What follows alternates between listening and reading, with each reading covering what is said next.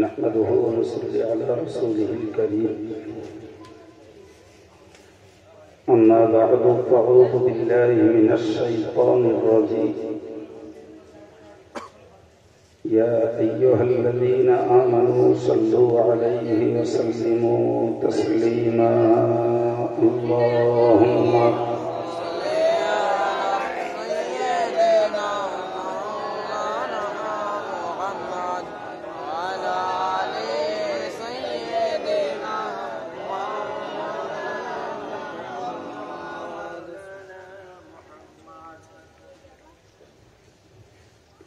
قال الله تعالى في القرآن المجيد وفي الفرقان الحميد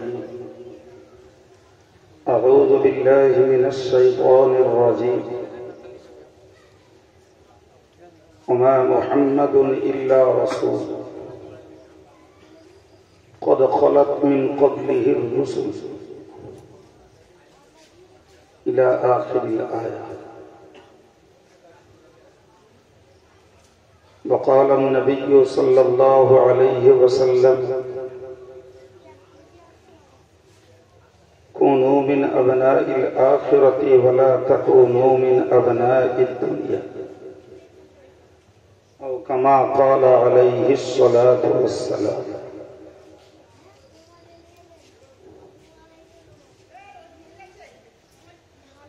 সম্মানিত ইমাম সাহেব, दीगर ओलामा हजरात, আমার সম্মুখে বসা জ্ঞান পিপাসু দিন দরদি বিভিন্ন বয়সী শ্রোতামণ্ডলী, শুকরিয়া আল্লাহ পাক দরবার যিনি বিশ্ব নবী দিবস উদযাপন উপলক্ষে আজকের এই সালে সওয়াবের মজলিস কায়েম করার তৌফিক দিয়েছে। কৃতজ্ঞতা প্রকাশ করে সকলেই একবার বলি আলহামদুলিল্লাহ। সঙ্গে প্রিয় নবী সরকারে দো আলমের প্রতি জানাই অন্তরের অন্তঃস্থল থেকে অসংখ্য দরুদ ও সালাম। সমাবেতভাবে সকলেই আরো একবার বলি সাল্লাল্লাহু আলাইহি ওয়াসাল্লাম। সম্মানিত ভাইরা, ইতিপূর্বে ঘোষণা শুনেছেন যে এই মুহূর্তে আমি আপনাদেরকে কিছু কথা বলবো। যথারীতি সময় ব্যয় না করে আমার আলোচনা আমি শুরুও করেছি। তো যারা এখনো মজলিসে উপস্থিত হতে পারেননি তাদেরকে মজলিসে এসে বসার জন্য আহ্বান করছি। মুরব্বী যারা মজলিসের বাইরে দাঁড়িয়ে আছেন, জানি না কারণ কি, তো আপনাদেরকে অনুরোধ করছি, যথেষ্ট জায়গা রয়েছে, এসে বসে পড়ুন। ভাই, বিশ্বনবীর স্মরণ উপলক্ষে আয়োজিত আমার পূর্বে হাফেজ সাহেব আপনাদেরকে শোনাচ্ছিলেন রসুলের প্রতি বেয়াদবির পরিণতি। রসুলের জীবন একটি গভীর সাগর সমতুল্য জীবন, যার কিনারায় এবং গভীরতায় পৌঁছানো কোন লেখক, বক্তা, গবেষক কারো পক্ষে সম্ভব নয়। তবু আমাদের সাধ্যের ভিতরে যতটুকু কুলায় নবী সংক্রান্ত কিছু কথা শোনা বোঝার মধ্যে একদিকে রয়েছে আমাদের সগীরা গুনাহগুলির মুক্তি, অপর দিকে রয়েছে সওয়াব, পাশাপাশি রয়েছে কিছু অজানা জ্ঞান সংগ্রহ। ফলে মজলিসটা কেবলমাত্র একটি বাৎসরিক ট্র্যাডিশন নয়, নবীর ভূমিষ্ঠের দিনে কিংবা ওই মাসে আচার অনুষ্ঠান করতে হবে, এটা নবীর পক্ষ থেকে কোনো নির্দেশ আমাদেরকে দেয়া নেই। তো যেটা আমরা করি সেটি আমাদের স্বার্থে এবং কল্যাণে, আমাদের গুনাহ মাফির জন্য, আমাদের সওয়াব সঞ্চয়ের জন্য, আমাদের জ্ঞান লাভের জন্য। সে কারণ এই সুবর্ণ সুযোগটাকে হাতছাড়া করা, নষ্ট করা কোন বুদ্ধিমান ইমানদারের কাজ নয়। যাই বা হোক, রাসূলের জীবনের বিভিন্ন পাঠ, বিভিন্ন দিক, কোন বিষয়ের উপরে কি বলতাম আল্লাহ ভালো জানেন। তো আমাকে ইঙ্গিত করা হয়েছে রাসূলের শেষ জীবনের কিছু কথা আলোচনা করার জন্য। আজকে আমার পরে আমাদের অল ইন্ডিয়া সুন্নতুল জামাত সংগঠনের আরেকজন তরুণ সুললিত উদ্যত কণ্ঠী বক্তা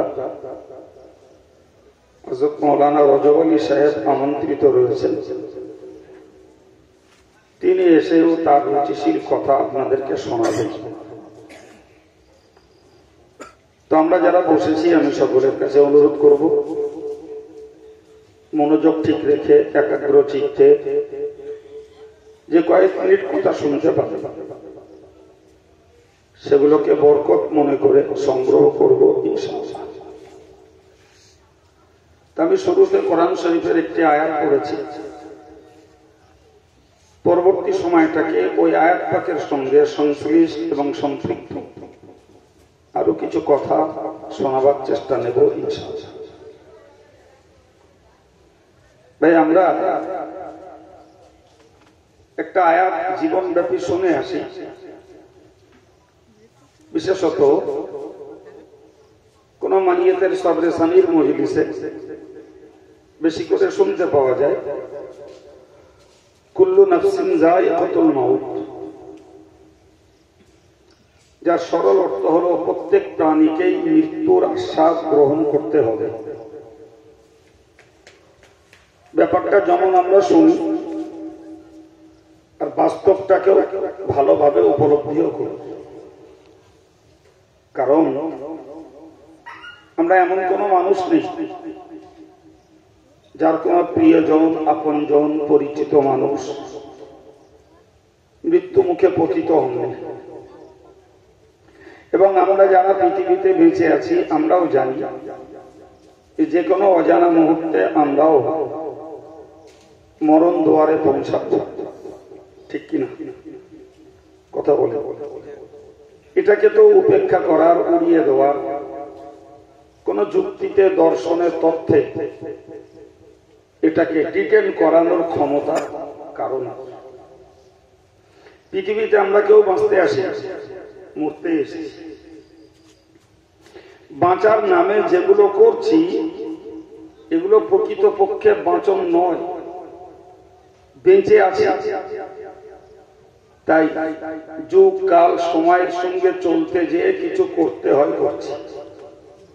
শিক্ষা, স্বাস্থ্যের তদারকি, রুটি রুজির ব্যবস্থাপনা, রাজনীতি, সমাজনীতি, মানুষ মাত্রই কম বেশি এগুলো করে থাকে। তো এগুলো দিয়ে বাঁচা যায় না। শিক্ষা আমাদেরকে বাঁচিয়ে রাখতে পারে না, রাজনীতি বাঁচাতে পারে না, বিপুল অর্থ সম্পদ কাউকে বাঁচাতে পারে না, নেতৃত্ব কাউকে বাঁচাতে পারে না। পারে কি? যদি পারত তাহলে আমাদের তুলনায় এই গুণে আরো বেশি যারা উন্নত তাদের কেউ না কেউ বেঁচে থাকত। কিন্তু যথারীতি আমাদেরই মতো একটা পিরিয়ড তারা পৃথিবীতে ওইগুলোকে সাহারা করে চলেছেন, সময় হয়েছে যার যার অ্যাক্টিভিটিস আপন জায়গায় রেখে দিয়ে বিদায় দিয়েছে। ফলে আমরা বেঁচে আছি তো আমাদের কিছু লেখাপড়া শিখতে হয়, রুজির জোগাড় করতে হয়। বেঁচে আছি একটা রাজনৈতিক দলকে সমর্থন করতে হয়, করি, কিন্তু এগুলো দ্বারা বাঁচা যায় না। বেঁচে আছি তো একটা সমর্থন, সময় হলে ইনকমপ্লিট অবস্থাতেই আমাদেরকে সব ফেলে রেখে পালাতে হবে। তো এটি যেমন সকল সাধারণ নাগরিকের জন্য, সাধারণ জনগণের জন্য প্রযোজ্য, মনে রাখুন মহান আল্লাহর সৃষ্টির ভিতরে শ্রেষ্ঠতম মানুষ, আর সেই মানুষের ড্রাইভার হলেন আর এক শ্রেণীর মানুষ যারা নবী বলে পরিচিত। তারাও মানুষ, তারা অন্য কিছু নয়, তারা মানবের ড্রাইভার, তারা মানুষের ডিরেক্টর। মানুষদেরকে তারাই পরিচালনা করেছেন ধর্মপথে, আল্লাহর পথে। আর তাদেরই মধ্যে সেরা স্থানটা পেয়েছেন আমার আপনার প্রিয় রাসূল সাল্লাল্লাহু আলাইহি ওয়াসাল্লাম। সুতরাং সাধারণ জনগণ আর সাধারণ নাগরিক এরাও যেমন মৃত পথের যাত্রী, আম্বিয়া কেরাম আলাইহিমুস সালাম যারা নবী পদে সমাসীন হয়ে মানব জাতির সুস্থ পথের সঠিক নিশানা দেওয়ার জন্য এসেছেন, তাদেরকেও যথারীতি মৃত্যুর টেস্ট নিতে হয়েছে।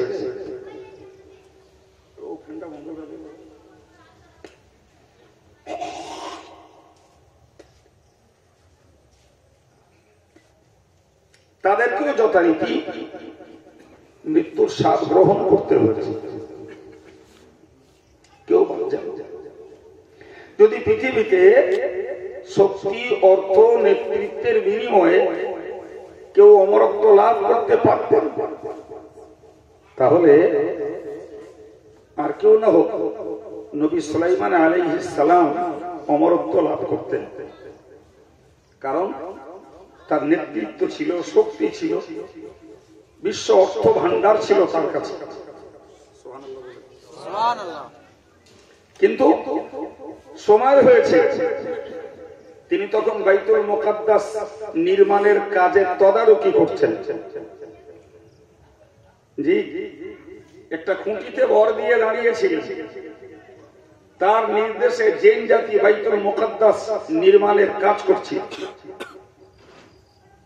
ওই লাঠিতে দাঁড়ানো অবস্থায় আল্লাহর হুকুম হয়েছে আজরাইল আলাইহিস সালাম তার জান কবজ করছে। পরবর্তীকালে ওই লাঠিতে কি বলেন আমি জানি না, উই পোকা বলে আমাদের দিকে, উই পোকা বলেন। লাঠিতে উই পোকা লেগেছে, আর উই পোকায় কাঠটা খেয়েছে, ওই লাঠি দুর্বল হয়ে ভেঙে পড়েছে। তৎকালীন সময়ে মুফাসসিররা উল্লেখ করেছেন যে উই পোকার খাওয়ার পরিমাণ দেখে মনে হচ্ছে কম বেশি এই মানুষটা 1 বছর সুস্থ অবস্থায় দাঁড়িয়ে আছে। জি, বাইতুল মুকাদ্দাস নির্মাণ প্রকৃত কাজ আল্লাহ, কিন্তু আল্লাহর কাজ করে তো বান্দায়। সুলাইমান ইন্তেকাল করেছেন, তার চেহারা ছবিটাকে দাঁড় করিয়ে রেখে জিনদের দিয়ে কাজ আল্লাহ কমপ্লিট করিয়ে দিয়েছে। যতদিন কাজ কমপ্লিট না হয়েছে ততদিন সুলাইমান দাঁড়িয়ে। জিনেরা দেখছে জীবন্ত সুলাইমান দাঁড়িয়ে আছে, আর আল্লাহ জানেন সুলাইমান এখন মৃত সুলাইমান। কোরআন বলেছে লাউ ইয়ালামুনাল গায়বা মা লাবিসু ফিল আযাবিল মুহিন। যদি জিন জাতিরা অদৃশ্যের খবর রাখতো, তাহলে নবী সুলাইমান আলাইহিস সালামের ইন্তেকালের পরে তারা এই অপমানজনক কষ্টজনিত পাথর বয়ে বাইতুল মুকাদ্দাস নির্মাণ করার কাজ তারা করত না। আমার বক্তব্য, তাহলে আল্লাহর কাজ আল্লাহ করাবেন, কিন্তু কোন কাজ ইনকমপ্লিট আছে বলে কারো মৃত্যুর সময় টেনশন হবে না, কারো হায়াত বাড়বে না। সময় হয়েছে, চলো তোমার ইনকমপ্লিট কাজ কে করবে, কাকে দিয়ে করাবো, ও দায়িত্বটা আমি আল্লাহর কুদরতে তোমার কাছে। সম্মানিত ভাইয়েরা, বিশ্বনবী মুহাম্মদুর রাসূলুল্লাহ সাল্লাল্লাহু আলাইহি ওয়াসাল্লামের জীবনের শেষ দিকের কথা বলতে গেলে এই আয়াতটাই আগে স্মরণ করতে হয়। মহান আল্লাহ বলেছেন, ওমা মুহাম্মাদুন ইল্লা রাসূল সাল্লাল্লাহু আলাইহি ওয়াসাল্লাম, মুহাম্মদ রাসূল ব্যতীত অন্য কেউ নন।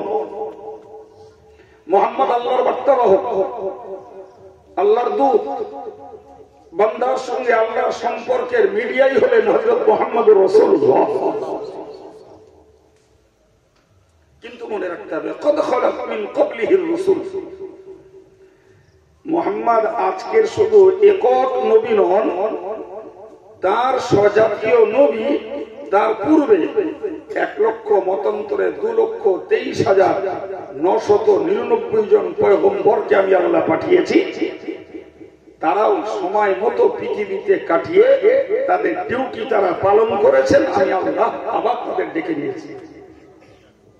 সুতরাং হে মুহাম্মদ, তুমি যতই জনপ্রিয় হও, যতই সৃষ্টির শ্রেষ্ঠ হও, যতই তুমি মানুষের কাছে প্রশংসিত, আর মানুষ তোমার জন্য যতই আগ্রহ প্রকাশ করুক, তোমার সময় হলে তোমাকেও পৃথিবী ছাড়তে হবে। চিরকাল কাউকে পৃথিবীর জায়গা নেই। মহান আল্লাহ কোরআন শরীফে বললেন, আফাইমাতা উকতিলান খালাবতুম, যদি কোন নবী স্বাভাবিক কারণে ইন্তেকাল করে অথবা অত্যাচারীদের কবলে যদি তিনি শহীদ হন, দুটো দিক, কোন রোগজনিত কারণে স্বাভাবিকভাবে বা আল্লাহ নির্ধারিত সময় হয়ে এসেছে ইন্তেকাল করেছে, অথবা আল্লাহর কলমে বরাদ্দ ছিল অত্যাচারীরা অত্যাচার করে আল্লাহর নবীকে হত্যা করেছে, তো নবীরা হত্যা হবেন মানে তাদের জন্য কতল শব্দ কোরআন ব্যবহার করেছে। কিন্তু আমরা জানি যারা অত্যাচারীদের কবলে আম্বিয়া কেরাম যদি মৃত্যুবরণ করেন, অবশ্যই তারা উচ্চ দরজার শহীদ। আল্লাহ বললেন যে মুহাম্মদ রাসূল ব্যতীত কেউ নন,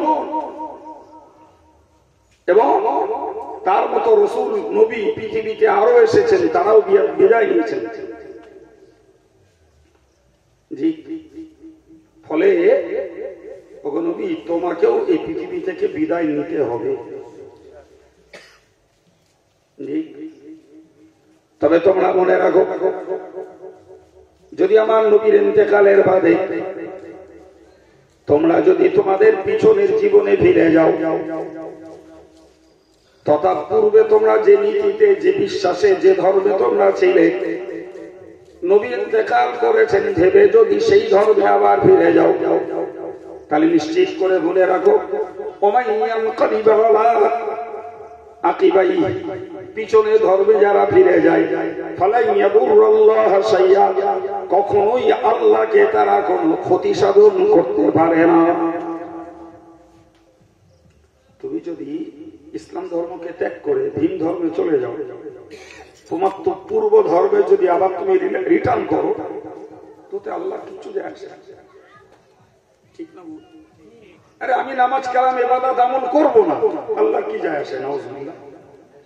আমি জিকির তাসবিহ পড়বো না, তাতে আল্লাহ কি যায় আসে? জি, তাহলে আমি ইবাদত আমলে মশগুল হব না, জিকির তাসবিহে মশগুল হব না, তাহলে এর পরিণতি আমাকেই ভোগ করতে হবে, এর খেসারত আমার, এর ক্ষতি আমার।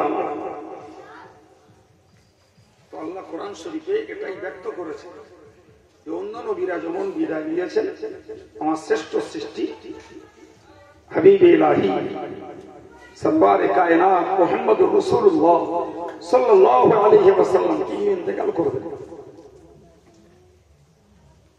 জি, তুমি সাবধান, নবীর ইন্তেকালের বাদে যদি কেউ আবার পূর্ব ধর্মে ফিরে যায় তাহলে এতে আল্লাহর কোনো ক্ষতি হবে না, বরং ক্ষতি তারই হবে। তো এই আয়াত দ্বারা আল্লাহ পাক পৃথিবীর মানুষদেরকে ইঙ্গিত করে দিলেন যে তোমরা নবীর ইবাদত করো না। ইবাদত আমরা কার করি? জোরে বলে। নবী আমাদের কাছে পূজনীয় নয়, নবী আমাদের কাছে সেজদার পাত্র নন। সেজদার পাত্র ইবাদতের যোগ্য জাত সত্তা হলেন আল্লাহ। আর আল্লাহর গুণ হলো হুয়াল হাই, আল্লাহ চিরঞ্জীব। সুবহানাল্লাহ। আল্লাহ ছিলেন, রয়েছেন, থাকবেন। সুতরাং নবীরা এসেছেন একটা টাইমলি জাতির গাইড দিতে। তো আল্লাহর ইচ্ছা যতদিন তাকে আল্লাহ পৃথিবীতে রাখবেন, সময় হবে বিদায় নেবেন। কিন্তু আল্লাহ ছিলেন, রয়েছেন, থাকবেন। ফলে যারা নবীর আদর্শে, নবীর নসিহতে, নবীর উপদেশে যারা তাদের জীবনটাকে আলোকিত করেছে, তারা after death of messenger of Allah, আল্লাহর বার্তাবাহক রাসূল এবং নবীদের ইন্তেকালের বাদেও যথারীতি তারা আল্লাহর প্রেমে মুগ্ধ হয়ে তারা আল্লাহর ইবাদতে মশগুল থাকবেন।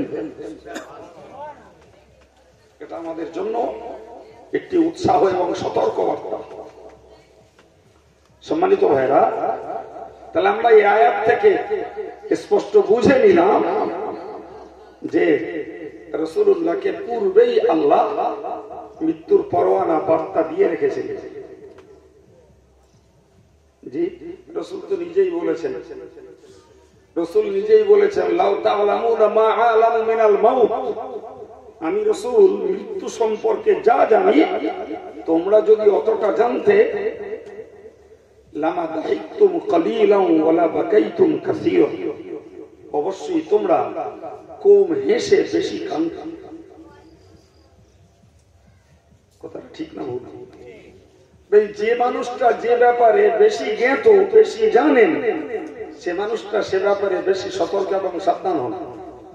কিন্তু যার অজ্ঞতা রয়েছে সে মানুষটা সে ব্যাপারে সাবধান এবং সতর্ক থাকতে পারে না। আল্লাহ পাকের নবী বললেন, লাউ তা'লামুনা মা আ'লামু মিনাল মাউত, আমি রাসূলুল্লাহ মৃত্যু সম্পর্কে যা জেনেছি অতটা যদি তোমরা জানতে, লামা দাহিকতুম কালীলান ওয়ালা বাকাইতুম কাসীরা, তাহলে তোমরা কম হাসতে আর বেশি করে কাঁদতে। যদি তোমাদের কান্নার তুলনায় হাসির পরিমাণ বেশি হয়ে যায়, তাহলে ভাবতে হবে মরণ সম্পর্কে তোমরা সচেতন নও বলেই তোমরা দুনিয়াতে হাসি ঠাট্টা, রহস্য, আনন্দ, আহ্লাদে জীবন কাটাতে চাও। অথচ যারা মরণ সম্পর্কে বেশি সতর্ক, তারা হাসির তুলনায় কেঁদে কাঁদতে চান, কেঁদে বেড়ান বেশি।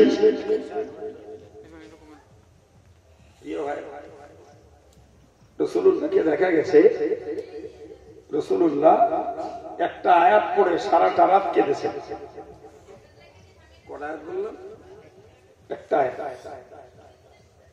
আয়াত পড়ে সারা রাত কেঁদেছেন। আমাদের সে সমস্ত চেতনা নেই বলেই স্বাভাবিকভাবেই আমাদের জীবন চলে। অন্যের জন্য না, আমি আমার জন্য কাঁদবো। আমার শ্রোতা ভাইরা তার নিজের জন্য নিজে কাঁদবেন,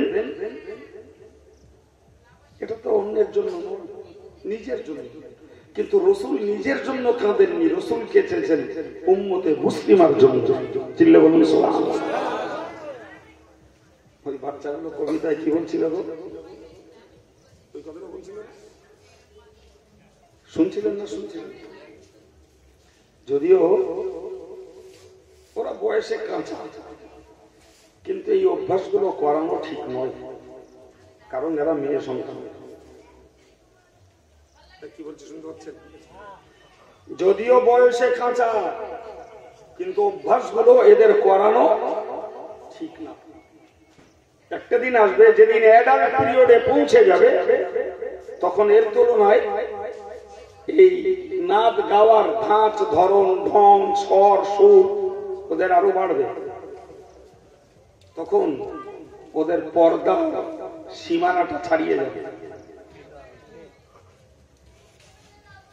জি, হয়তো আমার ভাইরা আবেগে করিয়েছেন বাচ্চা মানুষ হিসেবে, কিন্তু জানবেন ভবিষ্যতে চিন্তা করলে বাচ্চাদেরকেও প্রতিরোধ করা দরকার, নাহলে ভবিষ্যৎটা খারাপ জায়গায় চলে যাবে। প্রচুর মেয়েরা শিল্পী হচ্ছে, গজল শিল্পী, এবং তারা খোলা কণ্ঠে খোলা চেহারাতে ইউটিউবে তারা গজল গাইছে, পয়সা উঠছে। হাজার হাজার যুব সমাজ তাদের প্রতি আকৃষ্ট হচ্ছে। অথচ শরীয়তের পরিষ্কার মসলা সাউতুল আওরাতি আওরাতুন, মেয়েদের কণ্ঠটাও পর্দা, মেয়েদের কণ্ঠটাও, কণ্ঠের ভিতরে রয়েছে জাদু। জাদু দ্বারা যেমন মানুষকে আকৃষ্ট করা যায়, মানুষ মানুষকে কণ্ঠ দ্বারা আকৃষ্ট করতে পারে। বিশ্বাস হয় না? একদম 100%, 1% মাইনাস হবে না, 100% কণ্ঠের দ্বারাতে মানুষকে আকৃষ্ট করা যায়। কথাগুলো ভালো, কিন্তু তাদের সুর আর সব পর্দা। যেহেতু আজকে ছেলে মানুষ, কালকে অভ্যাসটা যখন উন্নত হবে তখন শরীয়তের সীমা ছাড়া, ফলে এই জাতীয় পদক্ষেপ থেকে পিছিয়ে আসতে হবে। তাতে আবার ডুয়েল কণ্ঠ, ওটা শরীয়তের কাছে আরাক্ষা। একক কণ্ঠে বলা আর ডুয়েল কণ্ঠে বলা ওটা আরাক্ষা। তবে কথাটা তারা কি বলছিল, যে উম্মতের তরে রসুল কাঁদবেন, বলছিল না? আমাদের তরে রসুল বলছিল তো, ওটাই তাদের কবিতা শিরোনাম তৈরি করে নিয়েছে। আর ওই কথাটাই দুই এক কলি করে পড়েছে, আর ওটা একবার করে বলেছে। আমি আপনাকে কি বোঝাচ্ছিলাম, যে আমি কাঁদবো আমার স্বার্থে, কিন্তু নবী কেঁদেছেন জাতির স্বার্থে। সুবহানাল্লাহ। নবী কেঁদেছেন পাপাচার উম্মতের স্বার্থে। তাহলে আমাদের কান্নার তুলনায় নবীর কান্নাটা আরো গুরুত্বপূর্ণ, আরো মূল্যবান। আল্লাহ পাক নবী সাল্লাল্লাহু আলাইহি ওয়াসাল্লাম ইশার নামাজ পড়েছেন। ইশার নামাজ পড়ার পরে কাবা চত্বরের উত্তর দিকটার একটা জায়গায় তিনি বসেছেন, গোটা রাত ধরে পড়ছেন। ইন তুআযিবুহুম ফাইন্নাহুম ইবাদুক ওয়া ইন তাগফির লাহুম ফাইন্নাকা আনতাল আজিজুল হাকীম। আল্লাহ পাকের নবী পড়ছেন, ইন তুআযিবুহুম, ও আল্লাহ পাপের দায়ে যদি তুমি আমার উম্মতদেরকে আযাব দাও, ফাইন্নাহুম ইবাদুক, যারাই আমার উম্মত তারাই তো আপনার বান্দা। কথাটার ভিতরে আবেগ আছে না নেই? দরদ আছে না নেই? জি সম্মানিত ভাই, নবী এই কথাটাই বলছেন, কিন্তু আযিবুহুম ফাইন্নাহুম ইবাদুক। আল্লাহ যদি আপনি আমার উম্মতদের পাপের দায়ে শাস্তি দেন, যারা আমার উম্মত তারাই আপনার বান্দা। ওয়া ইন তাগফির লাহুম ফাইন্নাকা আনতাল আজিজুল হাকীম, আর যদি আপনি ওদেরকে ক্ষমা করে দেন, আপনি মহাপরাক্রমশালী, বিজ্ঞান হয়, আপনি যেটা ইচ্ছা সেটাই করতে পারেন। সুতরাং আমি বললেই আপনি মাফ করবেন কি? আমি বলবো না বলে আপনি মাফ করবেন না? আপনি এমন কোন বিষয়ে দায়বদ্ধ নন। সুবহানাল্লাহ। বড় কোন কিছু করা না করার স্বাধিকার আর সার্বভৌমত্বের অধিকার জোরে বলেন আল্লাহ। প্রিয় ভাইরা, তাহলে নবী সরকার সাল্লাল্লাহু আলাইহি ওয়াসাল্লাম তিনি কেঁদেছেন কার জন্য? কার জন্য বললাম? উম্মতের জন্য। কিন্তু উম্মত নিজের জন্য নিজে কাঁদে না। ভাই হাদিস শরীফে এসেছে রাসূল হাসতেন না এমনটা নয়। সাইকোলজি বলে হাসিটাও মানুষের জন্য উপকার, কিন্তু তার সীমা থাকতে হবে। কানা তাবাসসামা রাসূলুল্লাহ সাল্লাল্লাহু আলাইহি ওয়াসাল্লাম, রাসূল করিম সাল্লাল্লাহু আলাইহি ওয়াসাল্লাম হাসতেন মুচকি হাসি। সুবহানাল্লাহ। রাসূল কখনো এমন হাসি হাসতেন না যে হাসির ভিতরে রয়েছে অট্টহাস্য, যে হাসির ভিতরে রয়েছে উচ্চ আওয়াজ। এই হাসি এমন হাসি, কোন নামাজি যদি ওই হাসি হাসে তাতে তার উজুও ভেঙে যায়, নামাজও নষ্ট হয়ে যায়। যে হাসি সীমার মধ্যে থাকে সেটা কতটা ভালো। হাদিস শরীফে এসেছে, জি রাসূলুল্লাহ বলেছেন, তোমার একটা হাসি মুখ, যে কোনো মানুষের একটা হাসি মুখ যদি তার ভাইকে দেখান তো বিনিময়ে আল্লাহ পাক তাকে সদকা করার, দান করার সওয়াব দান করবেন। যদি মুচকে হেসে কোন ভাই আর একজন ভাইকে খুশি করে এতে কি হয়? দান করা সওয়াব। আর ওই হাসিটা যদি অট্টহাস্য হয় তাতে গুনাহ হয়। নামাজি হলে নামাজ নষ্ট হয়, ওজুটাও নষ্ট হয়ে যায়। রাসূলুল্লাহ কি হাসি হাসতেন? জি, তাহলে আমার বক্তব্য, রাসূলুল্লাহ কাঁদতেন বেশি, হাসতেন কম। এখন প্রশ্ন হলো যে রাসূল করিম সাল্লাল্লাহু আলাইহি সাল্লামের জীবনের শেষ অংশ আলোচনা করতে আমি আপনাদেরকে শুরু করে আনুষঙ্গিক কথা বলতে যেয়ে বললাম যে বিশ্বনবী মুহাম্মদুর রাসূলুল্লাহ তিনি বলেছেন যে আমি মৃত্যু সম্পর্কে জানতাম, এতটা জানি অতটা তোমরা জানো না, জানলে তোমরা হাসতে কম, কাঁদতে বেশি। রাসূল মৃত্যু সম্পর্কে কম জেনেছেন না বেশি জেনেছেন? বেশি জেনেছেন তো।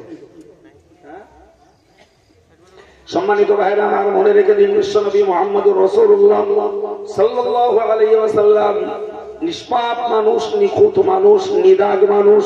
জোরে বলুন সুবহানাল্লাহ। অথচ হাদিস শরীফে স্পষ্ট এসেছে রাসূল করিম সাল্লাল্লাহু আলাইহি ওয়াসাল্লাম ইন্তেকালের পূর্বে যথেষ্ট পরিমাণে কষ্ট পেয়েছেন, ব্যথা যন্ত্রণায়, এমনকি মাথার যন্ত্রণা ছিল বলে হাদিস শরীফে উল্লেখিত রয়েছে স্পষ্ট। রাসূলুল্লাহর ঘাম হয়েছে, হাদিসে বাকি উল্লেখিত রয়েছে মাউতুল মুমিনি আরকুল জাবিন। হে দুনিয়ার ঈমানওয়ালা, তোমরা মনে রাখো, মৃত্যুর পূর্বে যাদের কপালে ঘাম হয় ওটাই হলো ঈমানি মরণের লক্ষণ। আর তোমন মৃত্যুর পূর্বে যাদের কপালে ঘাম হয় রাসূল বলেছেন ওইটাই ঈমানি মরণের লক্ষণ। হাদিসের অংশটুকু ব্যাখ্যা করতে গিয়ে মুহাদ্দিসরা বলেছেন বিশ্বনবী মুহাম্মদুর রাসূলুল্লাহ সাল্লাল্লাহু আলাইহি ওয়াসাল্লামের কপাল ঘামে ঘরমুক্ত হচ্ছিল ইন্তেকালের পূর্বে। রাসূলুল্লাহর এই ঘামে ঘরমুক্ত হওয়াটা মুহাদ্দিসরা নির্ণয় করেছেন। আম্মা জান ফাতেমাতুজ জোহরা রাদিয়াল্লাহু আনহা স্পষ্টত বলেছেন, আমার আব্বা জান জান্নাতুল ফিরদাউসের বাসিন্দা। রাসূলুল্লাহর এত কষ্ট হচ্ছিল, হযরত মায়েশা সিদ্দিকা রাদিয়াল্লাহু আনহা বলেন রাসূলের হাতের কাছে একটা পাত্রে পানি রাখা ছিল। রাসূল নিজে ওই পাত্রে হাত ডোবাচ্ছিলেন আর নিজের কপালটা, মুখটা বারে বারে মুছছিলেন। জি, এ থেকে বুঝতে পারা যায় যে মৃত্যুর পূর্বে যে কষ্টটুকুই আল্লাহ তার নবীকে দিয়েছেন উম্মতকে শেখাবার জন্য, এই কষ্টটাতেও রাসূলুল্লাহ ঠান্ডা পানি দিয়ে আরাম নিতে চেয়েছেন। সহিহ বুখারীর হাদিস শরীফে উল্লেখিত রয়েছে। সম্মানিত ভাইরা আমার, রাসূল করিম সাল্লাল্লাহু আলাইহি ওয়াসাল্লাম নিজেই বলেছিলেন তোমরা আমাকে তুলে বসাও। রাসূলুল্লাহকে তুলে বসানো হলো। রাসূলুল্লাহর জীবন সঙ্গিনী আমাদের আম্মা জান হযরতে হাফসা রাদিয়াল্লাহু আনহার কাছ থেকে একটা বড় গামলা চাওয়া হলো। হাদিসের শব্দটা রয়েছে মিখজাব শব্দ, যার বাংলা অর্থ হলো বড় পানির পাত্র। আমাদের দেশে গামলা আমরা বলি। আল্লাহ পাকের নবীকে ওতে বসানো হলো। নবী পাক আমার নিজেই বললেন, তো সাহাবীরা তোমরা একটি কাজ করো, 7টা কলসি নিয়ে এসো। এমন কলসি যার মুখগুলো পুরো বন্ধ, তার মানে এখনো পর্যন্ত তা থেকে পানি ঢালা হয়নি, মুখ বন্ধ, 7টা ভরা পানি ভরা কলসি নিয়ে এসো এবং ওই পানি আমার মাথায় ঢেলে দাও। আমি আশা করি ওই 7 কলসির পানি আমার মাথায় দিলে আল্লাহ আমাকে সুস্থ করবেন। রাসূল নিজে বলেছেন, আল্লাহ যদি আমাকে সুস্থ করেন তাহলে আমি তোমাদেরকে কিছু উপদেশ আবারও দিতে পারবো। রাসূলের বলেছে অ্যাসিডের জন্য না, বিবি বাচ্চার দরদে না, যদি বাঁচি তাহলে দিনের পক্ষে, ইসলামের পক্ষে, কোরআনের পক্ষে আমার উম্মতকে তথা তোমাদেরকে আমি আরো কিছু উপদেশ সরবরাহ করতে পারবো।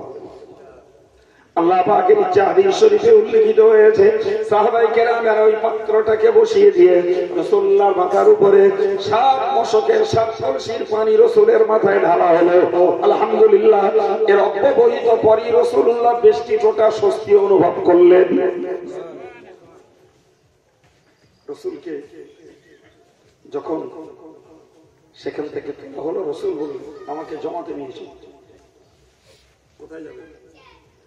জমাতে নামাজ পড়তে। আল্লাহু আকবার। রাসূল নিজে বলেছেন, কুররাতু আইনি আস-সালাত, আমার চোখের শান্তি হলো নামাজ। সুবহানাল্লাহ। চোখের শান্তি নামাজ। যতই বিশ্বনবী স্মরণ সভা উদযাপন করি, তাতে যতই আনন্দ উপভোগ করি, এগুলো আমাদের এক্সট্রা বেনিফিট, এগুলো অতিরিক্ত উপকারের, কিন্তু মূল বুনিয়াদ হলো ঈমান ওয়ালার জন্য আগে নামাজটা কমপ্লিট রাখো, বাকি এক্সট্রা কিছু কাজ করো, সেটা তার জন্য আরো সওয়াবে বর্ধিত হবে ইনশাআল্লাহ। কিন্তু ঈমানদারের জীবনে ফার্স্ট অ্যাক্টিভিটিস, প্রথম দায়িত্বই হলো নামাজ। ওটাকে বাদ দিয়ে ধর্মজীবনের আলাদা কিছু স্বপ্ন দেখা, আলহামদুলিল্লাহ এই মজলিস তো অনেক নামাজির মজলিস। বাকি যদি আমার প্রিয় যুবক কোন ভাই আজও নামাজে অভ্যস্ত না হন, তাদের কাছে আমার বাইহার রিকোয়েস্ট, অন্তর থেকে দাবি, নামাজি হয়ে যাওয়ার চেষ্টা করুন। ওটা কারণ না, ওটা নিজের সম্পদ। ঠিক না ভুল? আরে ইবাদত আমার নিজস্ব সম্পদ, ওতে আদার্স কারো ভাগ নেই ভাই। আল্লাহ পাকের নবী সুস্থতা অনুভব করে মসজিদে গেলেন, যথারীতি রাসূলুল্লাহ নামাজ পড়লেন। নামাজের পরে তিনি সাহাবায়ে কেরামদেরকে লক্ষ্য করে খুতবা দিতে শুরু করলেন, বক্তৃতা করতে শুরু করলেন। ওই বক্তৃতার ভিতর দিয়ে নবী আমার বলেছিলেন সেদিনের বক্তব্যে, প্রিয় নবী বললেন, ও সাহাবীরা তোমরা মনে রাখো, লাআনাল্লাহুল ইয়াহুদ, আমি আল্লাহ পাকের নবী এই মরণ সজ্জায় বদদুয়া করছি ইহুদি জাতির জন্য, ইত্তাখাযু কুবুর আম্বিয়াইহিম মাসাজিদা, তারা তাদের বিগত জামানার নবীদের কবরগুলোকে সিজদার জায়গা বানিয়েছে। নবী সতর্ক বার্তা, ইহুদিরা তাদের জাতির নবীগুলোর কবরগুলোকে সিজদার জায়গা বানিয়েছে। যে সিজদার জায়গাকেই আরবিতে বলে মসজিদ। ভুলে যাবেন না, মনে থাকবে। সিজদার জায়গা মানের আরবি শব্দটাই হলো মসজিদ। মসজিদ শব্দের বাংলা উল্টো অর্থ হলো সিজদার জায়গা। আর সত্যি মসজিদে মুসল্লিরা সিজদাই করে, ঠিক না? তো রাসূলুল্লাহ যতটুকু সময় সুস্থতা উপভোগ করেছেন, এর ভিতর দিয়ে মৃত্যুর পূর্বে তিনি এই বার্তা দিয়েছেন যে ইহুদিদের উপরে আল্লাহর লানত, তারা তাদের নবীদের কবরগুলোকে সিজদার জায়গা বানিয়েছে। এর মানে কি হলো? এর মানে রাসূলুল্লাহ বোঝাতে চাইলেন, যদি ইহুদিরা তাদের নবীদের কবরগুলোকে সিজদার জায়গা বানালে অভিশাপের উপযুক্ত হয়, রাসূলের কবরকে কি সিজদার জায়গা বানানো যাবে? সুতরাং ওই নসিহতের ভিতর দিয়ে রাসূলুল্লাহ বুঝিয়ে দিলেন সাহাবায়ে কেরামদেরকে, খবরদার খবরদার, তোমরা জানো তোমাদের নবীর কবরটাকে সেজদার জায়গা বানিও না। যদি সেজদার জায়গা কেউ বানিয়ে ফেলে, আমি রাসূলুল্লাহ ইহুদিদের জন্য যেমন বদদুয়া করছি, ইহুদিদের জন্য যেমন আল্লাহর কাছে অভিশাপ কামনা করছি, লানত রাখছি আল্লাহর কাছে, আমার কোন উম্মত হয়েও যদি কবরকে সেজদার জায়গা বানায়, তার উপরেও যথারীতি আল্লাহর লানত পড়বে। কথা বলে আজকের যুগে অবুঝ কিছু মুসলিম বেশ কিছু পীর ওলিদের কবরগুলোকে সেজদার জায়গা বানিয়েছে না বানায়নি? প্রচুর পরিমাণে। আল্লাহ শুকরিয়া আদায় করে বলতে হয়, আমরা যারা ফুরফুরা পীর সাহেব কেবলার মতাদর্শী ঘরের মানুষ, এই জাতীয় অ্যাক্টিভিটিস, এই জাতীয় কর্ম আমাদের মধ্যে নেই। কিন্তু দুঃখজনক ভাবে বলতে হয়, আমাদেরই ঘরের ছেলেরা যারা বাইরে বাস করে, দিল্লিতে, বোম্বে, মহারাষ্ট্রের বিভিন্ন প্রান্তে, এদের মধ্যেও অনেকে কালচারে মিশে যেয়ে তারাও কবরে সেজদা করা ধরেছে। আমি গল্প বলছি না, বলো নিজে চোখে দেখে বলছি। নন বেঙ্গলি তো করেই থাকে, ইভেন যারা বাঙালি এরা ওদের কালচারে পড়ে পড়ে এই কাজে সবাই না হলো 2% হোক, তবুও ভ্রান্ত পথে চলে গেছে। আল্লাহর কাছে, নবীর কাছে এটি অত্যন্ত ঘৃণ্য কাজ। সম্মানিত ভাইরা আমার, হযরত আম্মা জানা আয়েশা সিদ্দিকা রাদিয়াল্লাহু আনহা বলেন, লাউলা যালিকা লাউবরিজু কবরাহু খাশিয়াতান ইয়াত্তাখিদাহা মাসজিদা। আল্লাহ পাকের নবীর জীবন সঙ্গিনী আম্মা জানা আয়েশা বলেছেন, হে বিশ্বমানব তোমরা মনে রাখো, আমার নবীর কবরটা লোকেরা সিজদার জায়গা বানাবে, এই ভয় যদি না থাকতো তাহলে আমি আয়েশা অবশ্যই আমার রাসূলুল্লাহর কবরটাকে আমার ঘরের ভিতরে না দিয়ে ওটাকেও খোলা জায়গায় দিয়ে দিতাম।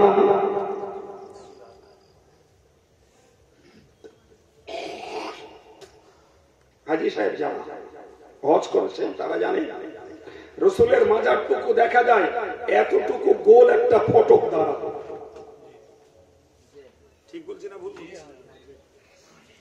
এতটুকু ফটক দ্বারা, আর ভিতরটা একদম অন্ধকার, লাইটটাও দেয় জি।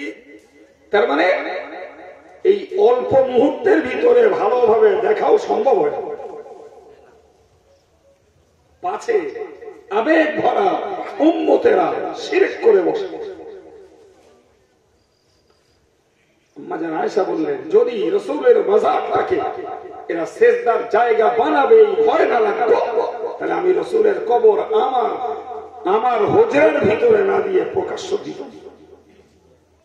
তাতে কি হতো, মানুষগুলো সরাসরি রাসূলের মাজারটাকে দেখে দিল ভরে জিয়ারত করে অন্তরের তাসাল্লি, দিলের শান্তি উপভোগ করতে পারত। কিন্তু যেমন কিছু জ্ঞানী বুঝদার মানুষ রাসূলের মাজারটাকে খোলাভাবে দেখে দিলের তাসাল্লি, অন্তরের শান্তি উপভোগ করত, তেমন কিছু অবুঝ আবেগী মানুষেরা সেই কবরটাকে নিয়ে সেজদার জায়গা বানিয়ে ঈমানটা সর্বনাশ করত।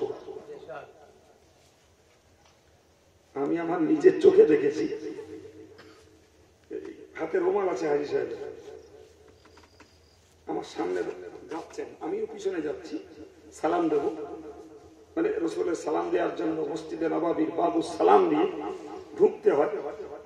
নামাজের টাইমে সেখানে নামাজ হয়, কিন্তু ওই পথ দিয়ে হাজিরা ঢোকে, আর বাম দিকে মোড় নিলেই রাসূলের মাজার, মোড় নিলে বাম দিকে তাকাল।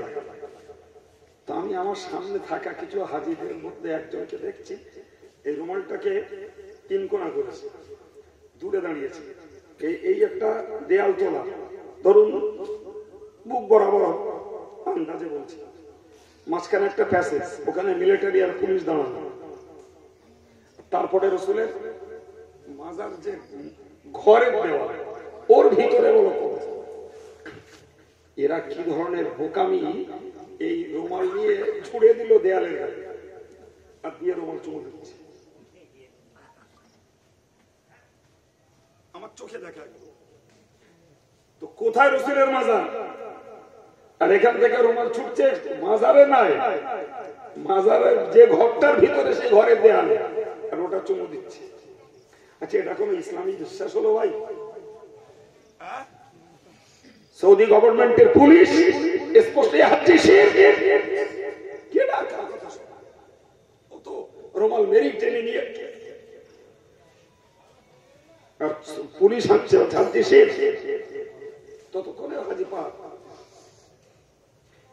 আচ্ছা বলুন, যদি এই লোকটার বিশ্বাসে থাকে যে আমি রসুলের মাজারের ঘরে দেয়ালে রুমাল ছুঁয়ে এনেছি, এটাকে চুম্বন দিলে কিছু একটা পাবো, এটা কি ইমানি আকীদা কোনো কাজ হলো? রসুলের মাজার যদি খোলা থাকতো সর্বনাশ কিছু লোকে, বরং বেশি সংখ্যক লোকে করতো বলি ধারণা। আম্মা জান আয়েশা বলেছেন, এই জন্যই রসুলের মাজারটাকে, কবরটাকে প্রকাশ্য দেওয়া হয়। সম্মানিত ভাইয়ের আমার, পরের কথা আমি একটা আগে বলে ফেলে দিলাম, আবার বলছি শুনে রেখে দিই। বিশ্বনবী মুহাম্মদুর রাসূলুল্লাহ সাল্লাল্লাহু আলাইহি ওয়াসাল্লাম ইন্তেকাল করবেন, এটা স্বাভাবিক নিয়ম। ইন্তেকালের পূর্বে তিনি কিছু ব্যথা যন্ত্রণা কষ্ট উপভোগ করছিলেন। একটু আগেই শুনিয়ে দিলাম যে রাসূল পাকের মাথাতে শ্বাসনাশকের পানি ঢালতে বলেছেন, সাহাবায়ে কেরামেরা ঢেলে দিয়েছেন, এবং তারপরে তিনি একটু সুস্থতা অনুভব করে মসজিদে নামাজ পড়ে বক্তৃতা করতে যে জীবন সন্ধ্যায় ওই কথাটা বলেছেন, খবরদার তোমরা যেন কবরগুলোকে মসজিদ বানিও না। আজকের যুগে প্রচুর লোক জি মসজিদ ছেড়ে মাজারে যেয়ে মুখ চুপড়ছে, কবরে যেয়েছে, মসজিদে যেয়ে সেজদা করে না, সেজদা করছে। আমি একলা দেখেছি না, আপনারাও দেখেছেন। ১,৫০০ বছর আগে ইন্তেকালের পূর্বে রাসূলুল্লাহর ব্যাপারে সতর্ক বার্তা দিলেন। পরের হাদিসের একটা কথা বলছি, মনে রেখে দিন। হযরত আম্মা জান আয়েশা সিদ্দিকা রাদিয়াল্লাহু আনহা তিনি নিজে বলেছেন, লাম্মা ইশতাকা নবী সাল্লাল্লাহু আলাইহি ওয়াসাল্লাম নাফাসা আলা নাফসিহি বিল মুআব্বিদাত। আম্মা জান আয়েশা বলছেন, রাসূল যখনই অসুস্থ হতেন, রাসূল কখনো জ্বরে ভুগেছেন, একবার ঘোড়ার পিঠ থেকে পড়ে যে রাসূলের পায়ে একটু চোট লেগেছে, আরেকবার রাসূলুল্লাহ জাদুতে আক্রান্ত হয়েছে। জি, তার দেহটা তো মানব দেহ, ঠিক না? তাতে তো রক্তগ্রস্ত ছিল, তাহলে রক্তগ্রস্তের আর 5টা মানুষ যদি অসুস্থতা অনুভব করেন, রাসূলুল্লাহ লাইফেও রাসূল অসুস্থতা অনুভব করেছে। জি, তো মা আয়েশা বলছেন, সহিহ বুখারীর হাদিস, যে রাসূলুল্লাহ যখনই অসুস্থ হতেন তখন তিনি নিজে নিজেই কোরআন শরীফের সূরা ফালাক এবং নাস পড়ে নিজের গায়ে নিজে ফুঁ দিতেন। সুবহানাল্লাহ। কি গো, এ থেকে আমরা একটা ওষুধ খুঁজে পাই তো নাকি? কাজে লাগানো যাবে? যাবে না? এই ওষুধ তো রাসূল নিজে ব্যবহার করেছেন। সূরা ফালাক এবং নাস পড়ে রাসূলুল্লাহ নিজের দেহে নিজে ফুঁক মারতেন। সূরা ফালাক নাসে রয়েছে 11টা আয়াত, ফালাকে 5টা, নাসে 4টা। রাসূল নিজের গায়ে নিজে ফুঁক দিতেন। সম্মানিত ভাইয়েরা আমার, মনে রেখে দিন, স্বাভাবিক কেউ অসুস্থ হন না কেন, কিংবা কোন জিন জাদুর আক্রান্ত জাদুগ্রস্ত হন না কেন, কিংবা কোন প্রতিহিংসা পরায়ণ মানুষের কোন জাদু টোনা বানে যদি কেউ ক্ষতিগ্রস্ত হন, আপনি সূরা ফালাক নাস ব্যবহার করুন, ওইটাকে নিজের গায়ে নিজে ফুঁক মারুন, কিংবা পানিতে ফুঁক দিয়ে ওই পানিটাই ব্যবহার করুন। শিশু বাচ্চাগুলোকে যদি এই পানি ব্যবহার করানো যায়, আল্লাহ পাকের কালামের বদৌলতে আল্লাহ পাক ওই কৃত্রিম উপায়ে জাদু টোনা পান এই জাতীয় সমস্ত ক্রিয়াগুলোকে নষ্ট করে দেবে। তবে পদ্ধতি হলো ওই 11টা আয়াত, একটা করে আয়াত পড়তে হবে, একবার করে ফুঁক দিতে হবে, পুরোপুরি একসঙ্গে পড়ে না।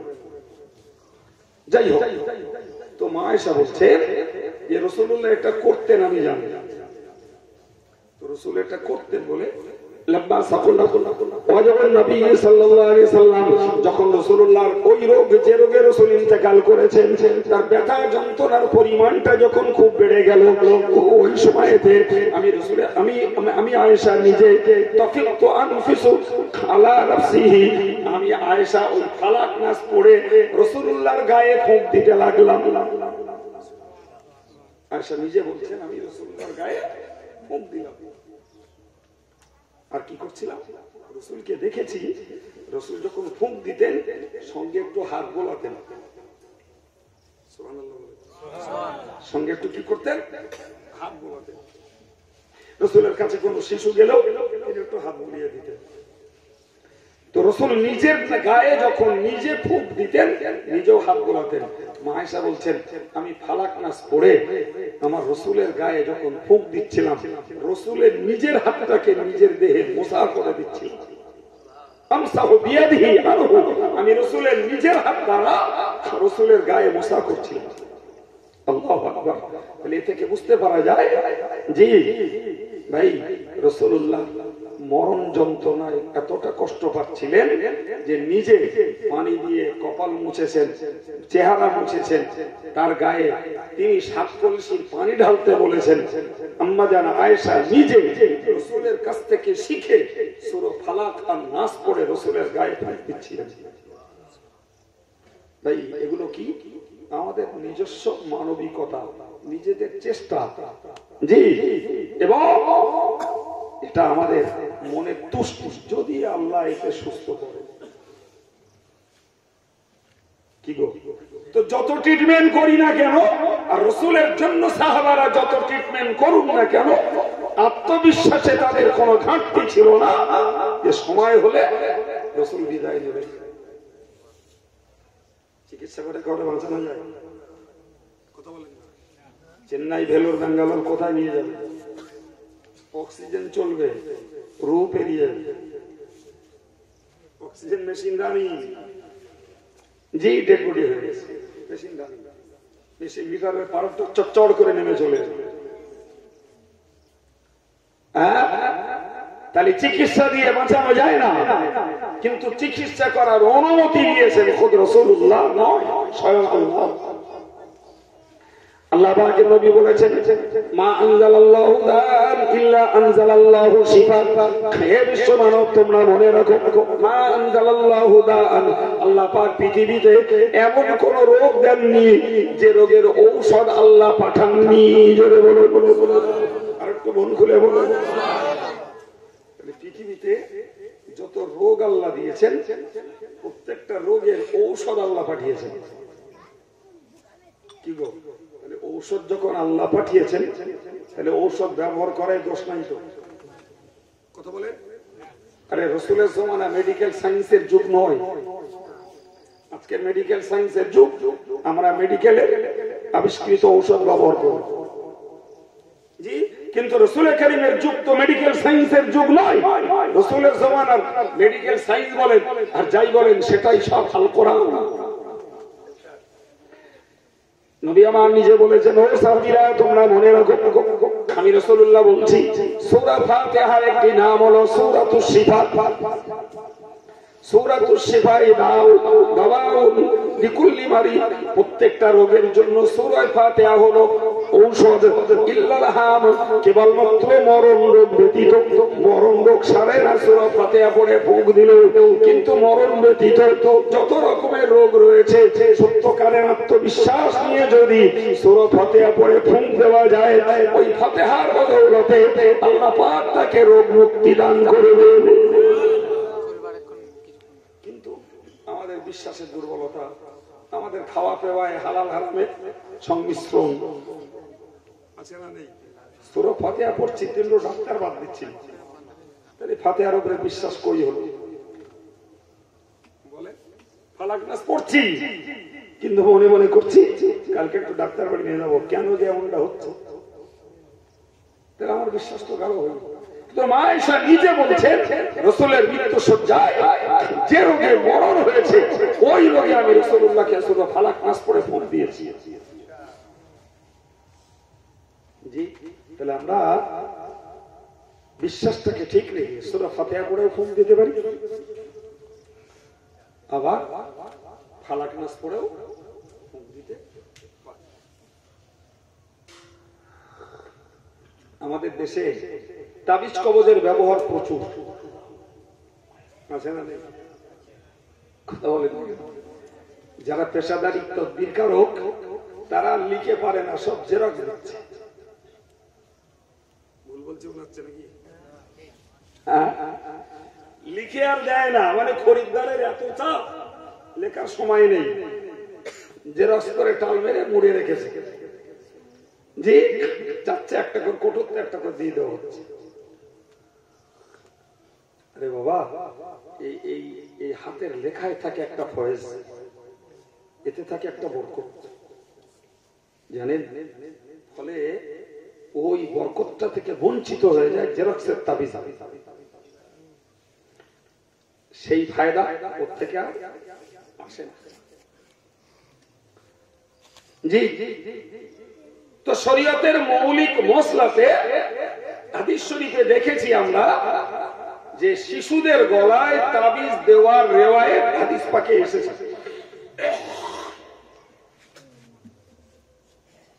যদিও শিশু, যুবক, বৃদ্ধ, বৃদ্ধা সব রকমের মানুষ তাবিজ ব্যবহার করে। আজকে বাংলাদেশের কিছু প্রবক্তা ইউটিউবে দারুণ ভাবে তোলপাড় করছে বিরুদ্ধে তাবিজ ঝুলানো বেদাত। আপনারা শুনেছেন না? আজকে শুনলেন। আমি 2014 একবার হজে গেছিলাম। সেখানে যে আমার কাছে তখন একটা তাবিজ ছিল, পুলিশের সঙ্গে ভীষণ ঝামেলা। জি, আমরা বলি বইয়ের আরবি, ওরা পড়ে গাঁ গ্রামের আরবি। ওদের আরবি তো সব আমরা বুঝি না, আর আমাদের আরবি ওরা বুঝেন। ও যা বোঝাতে চাইলো, বলতে চাইলো তুমি তাবিজ ব্যবহার করে শিরক করছো। কথা বুঝাচ্ছে, তাবিজও খুলিয়ে নেবে। আমাদের দলের একজনের কাছ থেকে খুলিয়ে নিল, ফাঁকে পেয়ে তার কাছ থেকে খুলিয়ে নিচ্ছে। আমার সঙ্গে ঝগড়া দিচ্ছে। আমি বললাম যদি তাবিজ ব্যবহার করা শিরক হয়, ওকে পরিষ্কার বললাম যে তাহলে ইস্তেমালুদ দাওয়া লা বুদ্দা ফীহি শিরক, ঔষধ ব্যবহার করা অবশ্যই শিরক। আর যদি ঔষধ ব্যবহার করা শিরক না হয়, তাহলে তাবিজ ব্যবহার করা শিরক নয়। ঠিক কিনা? কারণ বান্দা মনে রাখা দরকার, ঔষধ রোগ সারায় না, রোগ সারে আল্লাহর হুকুমে। হাদিস পাকে এসেছে কোন বান্দা কোন রোগী যখন ঔষধ ব্যবহার করে, ওই সময় রোগ আর ঔষধের মাঝখানে ফেরেশতারা একটা পর্দা টানিয়ে ধরে।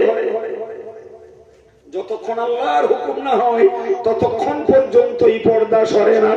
ফলে ভেলোরের ঔষধ, চেন্নাই আর ব্যাঙ্গালোরের ঔষধ, তুমি যেখানকারই ঔষধ খাও না বাবা, ফেরেশতা যদি পর্দা ধরে রেখেছে আল্লাহর হুকুম হবে, তবে ফেরেশতা পর্দা সরিয়ে নেবে, তবে তো ঔষধ আপনার আমার রোগের জন্য কাজ করবে। যত ঔষধ ব্যবহার করি না কেন, বিশ্বাসটা তো রাখতে হবে যে আল্লাহর হুকুম হলে তবে সারবে, না হলে এটা আমার কেবলমাত্র মনের সন্তুষ্টি।